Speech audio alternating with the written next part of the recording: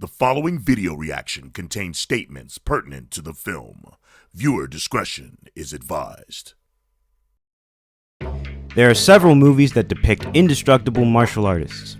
These are heroes or villains that are impervious to harm either by strengthening their skin or by hiding their weak spots. And we have covered some of them here on Lone Wolf and Cub.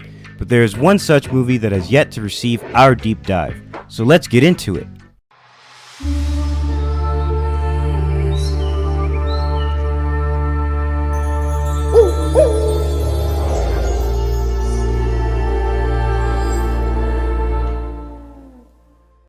The Invincible Armor is a 1977 kung fu film directed by Si Yun-un, the man who not only co-wrote classics like Snake and the Eagle's Shadow, Drunken Master, and Dance of the Drunken Mantis, but also helped in directing the Secret Rivals movies. This movie has a lot of star power behind it, as its cast includes Hwang Jang Lee, John Liu, Philip Ko, and Yun Biao, as well as other awesome talents like Lee Hoi-sang, Yun Shun-yi, Corey Yun, and Tino Wong Chung. This film gets its name from the iron armor technique used by Hwang Jang Lee's character, Minister Cheng. This man is the Ming Empire's Minister of State, and his ambitions are to replace the current king of the Ming Empire through deceit, assassinations, executions, and most notably, the deadly combination of his Eagle Claw offense with his iron armor defense. Despite having mastered both techniques, he at first tries to play the long game by hiring a fighter, played by Lee Hoi-sang, known as Hu Lung, to assassinate the Minister of Royal Security, Mr. Liu.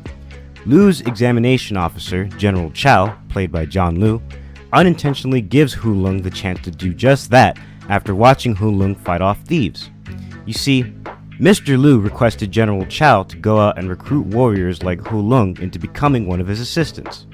While General Chow earnestly believed that Hu Lung could be recruited, little did he know that Hu Lung was actually a plant by Minister Cheng, and after Chow takes him to see Mr. Liu, Hu Lung kills him during what was supposed to be a friendly one-on-one test of his kung fu skills.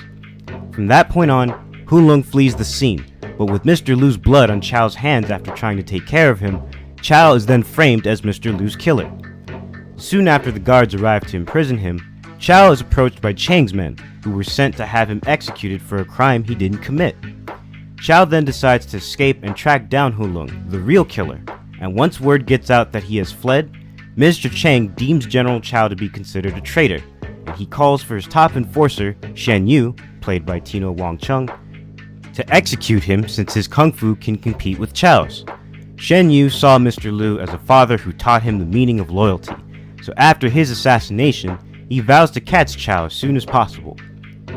Once he takes off, the movie becomes a multi-factored pursuit in which General Chow moves to capture Hu Lung for the sake of proving his innocence, all while Shen Yu and Minister Cheng's assassins try to get a hold of Chow. As if the chase wasn't hectic enough, Hu Lung's former teacher and Minister Cheng's old classmate, played by Philip Ko, also tries to get to the bottom of what happened to Mr. Liu, and while he reluctantly plays the role of protector to his exiled student, he too eventually gets involved in fighting back against Cheng's efforts to get what he wants, as it's later revealed that Cheng also wants Hu Lung, who knows too much, dead so as to cover his tracks. With Hu Lung killed, Cheng can tie up one more loose end in his evil plot to usurp the current king. Besides the title's connection to the main villain's technique, I would also say that the Invincible Armor is a very appropriate name for this martial arts film due to having few to no real weaknesses, and I thoroughly enjoyed all the pros it had to offer. So let's talk about them. The pros. For one, John Liu's performance as General Chow was very strong, as he proved to be an honest and likable person who not only wanted to clear his name, but was also willing to help those in need. I really dug how balanced his kindness and honorable values were with his craftiness in battle and his willingness to kill in cases where he was forced to defend himself. While it was very clear that John Liu's signature go-to approach for fighting was use of his kicks, I thought it was cool how he used his arms for defense and went through training to eventually master the Iron Finger technique, the iconic one-inch punch that serves as a hard counter to Minister Cheng's iron armor technique. For another, the choreography toward each of these fights was awesome to see. While Corey Yun, Yun Shun-yi, and Yun Biao were only smaller assassins meant to get in the way of John Liu's character, You can feel their presence in how the action and fight scenes were coordinated throughout the movie. The side characters were also pretty neat. Philip Ko's role as Chang's old classmate was good in that his character and martial arts prowess helped to establish the kind of villainous threat that Chang had revealed himself to be.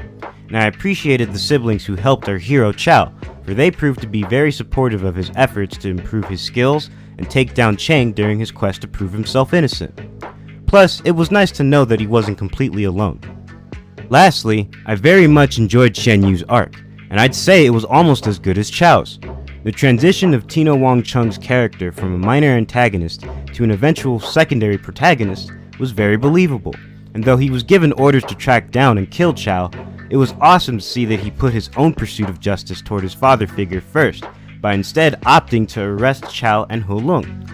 On top of that, I enjoyed Shen Yu's gradual progression from being Chow's enemy to becoming his ally as he starts to realize that something's off between the assassin's attempts on Chow's life and the hints he gets that Chang is the man who was ultimately responsible for Mr. Liu's death. The cons. As I said before, the Invincible armor doesn't have that many cons in my opinion, and even the ones that come to mind were not enough to stop my enjoyment of this flick. While Hwang Jang Lee's villainous portrayal as Minister Chang was fantastic, I think his motivation to become the new king was rather simplistic despite his plotting. I do think that simple, unapologetic villains are sometimes all you need for enjoyable movies, but I think adding more to his motivation to becoming the new king besides being tired of his position as an official could have added even more depth to him as a character.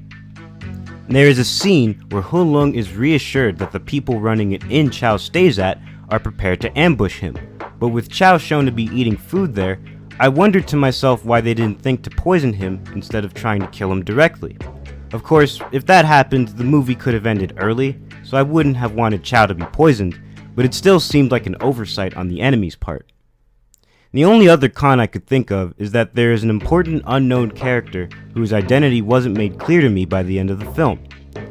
When assassins are sent after Shen Yu once he wises up and lets Chow escape, this mysterious messenger kills one of his attackers with a dagger that has a note attached. What was on the note wasn't explained to English-speaking viewers like myself, but I assumed it to be some type of warning. The problem I had with this, though, was not being told or provided hints toward who this messenger was. I'm sure the contribution was useful, but it would have been nice to know the identity of this person. Overall, I had a blast with the Invincible armor. I would recommend it to anyone who has interest in kung fu movies, be it people who are working on racking up the number of martial arts films they've seen, or even casuals who are thinking about breaking into the genre. So, to take after the likes of John Liu and Hwang Jang Lee, I'm going to give the Invincible armor 9 kicks. What were your thoughts on this action-packed kung fu flick? What score would you all give it? Do you think the trope of the unbreakable defense character was done better elsewhere? Or is Invincible armor unbeatable to you compared to other films? Whatever your thoughts are, comment below and let us know. And don't forget to like and subscribe for more content. We're always open to hearing more from anyone and everyone what they think about kung fu classics like this. This is DK from Lone Wolf and Cub signing off. Peace, and remember, Hey you, your technique is still not good enough for a master.